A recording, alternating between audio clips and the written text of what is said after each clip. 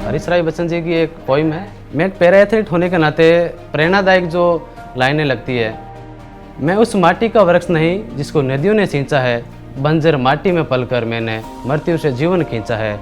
पत्थर पर लगी इबादत हूँ, शीशे से कब तक तोड़ोगे, मिटने वाला नाम नहीं, तो मुझे कब तक रोकोगे, तो मुझे कब तक रोकोगे।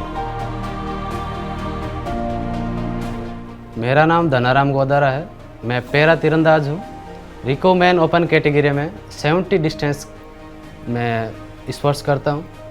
मैं ढिंगसरी गांव जो कि बीकानेर ज़िले स्टेट राजस्थान में पड़ता है, मैं वहाँ से बिलोंग करता हूँ।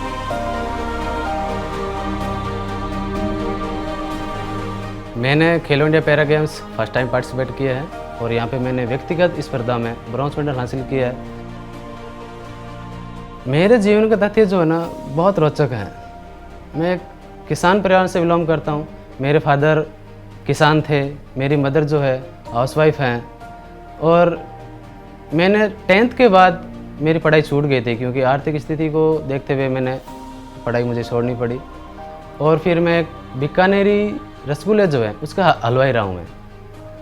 तो उसके बाद मैंने वो काम किया और 2016 में मेरा एक रोड एक्सीडेंट हो जाता है, उसमें मेरा पैर कट जाता है।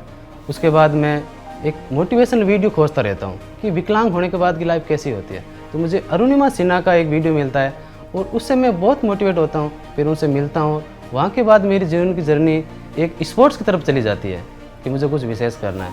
तो वहाँ से मैंने बहुत सारे गेम्स किए हैं। आर्चरी मेरा 11वां गेम है, उससे पहले बहुत सारी एक्टिविटी मैं कर चुका हूँ। तो आर्चरी में आने का मेन उद्देश्य ये था कि एक हमारे वहाँ से बीकानेर से श्याम सुंदर स्वामी हैं, वो भी ओलंपिक प्लेयर हैं। उसको देख के मैंने आर्चरी शुरू की और आज आर्चरी में जो भी हूँ उनका उसमें बहुत बड़ा रोल है। पैरा आर्चरी की बात करूँ तो या फिर पूरा आर्चरी की बात करूँ तो 2 व्यक्ति जो है हमारे रोल मॉडल है मेरे।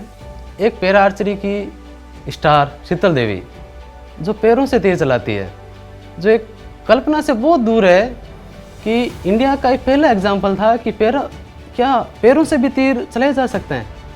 तो उससे मैं बहुत मोटिवेट होता हूँ। और दूसरा है तरुणदीप राय जो भारत का सबसे सीनियर प्लेयर कह सकते हैं। उन्होंने 2005 में भारत के जो हाईएस्ट अचीवमेंट है अर्जुन अवार्ड वो ले लिया था।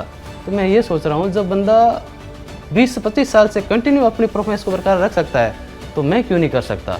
तो मुझे ये छोटी छोटी चीज़ें कह सकते हैं, बड़ी चीज़ें कह सकते हैं, ये मुझे सेल्फ मोटिवेशन के लिए बहुत इम्प्रूव करती है मुझे।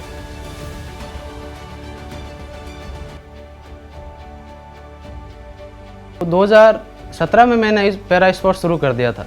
अलग अलग इवेंट किए पहले मैंने, लेकिन आर्चरी जो है मैंने 2022 में शुरू की है। और 2022 में मैंने फर्स्ट टाइम मैंने नेशनल में पार्टिसिपेट किया। फिर 2023 में मैंने एशियन गेम्स की ट्रायल दी और वर्ल्ड चैंपियनशिप की ट्रायल दी, उसमें मैं सिलेक्ट हुआ। वर्ल्ड रैंकिंग टूर्नामेंट जो चेक रिपब्लिक में आयोजित हुआ था उसमें मैं मेडलिस्ट हूँ। और हाईएस्ट मेरा अचीवमेंट मानूँ या फिर मैं खुशी का मोमेंट मानूँ तो 2025 फरवरी में अभी थाईलैंड बैंकॉक में हमारा एशिया कप था, उसमें मैंने गोल्ड मेडलिस्ट बनने का सौभाग्य प्राप्त किया।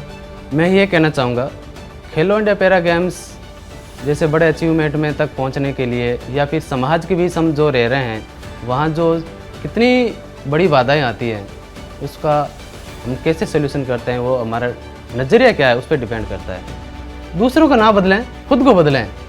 खुद बदलोगे तो समाज बदलेगा, समाज बदलेगा तो देश बदलेगा। मेरा यही कहना है कि आप माइंडली विकलांग मत बनिए। फिजिकली है तो चलेगा, माइंडली नहीं चलेगा।